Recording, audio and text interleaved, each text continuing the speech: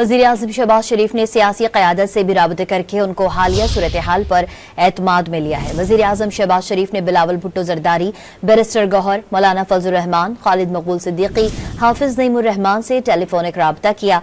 वज़ीर-ए-आज़म ने कहा कि अल्हम्दुलिल्लाह अफ़वाज पाकिस्तान ने भारतीय जाहरियत का आज मरबूत तरीके से जवाब दिया।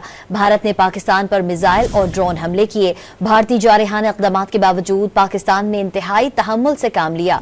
आज सुबह भारत ने नूर खान एयरबेस और दीगर मकामात पर मिसाइल हमले किए।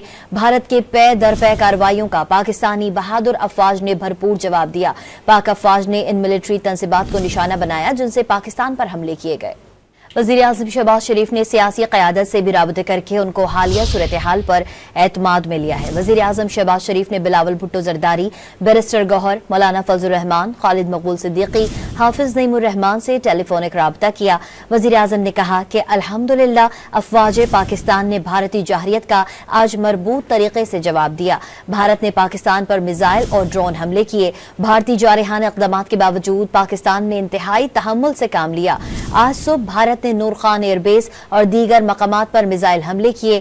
भारत के पे दर पे कार्रवाइयों का पाकिस्तानी बहादुर अफवाज ने भरपूर जवाब दिया। पाक अफवाज ने इन मिलिट्री तंसीबात को निशाना बनाया जिनसे पाकिस्तान पर हमले किए गए।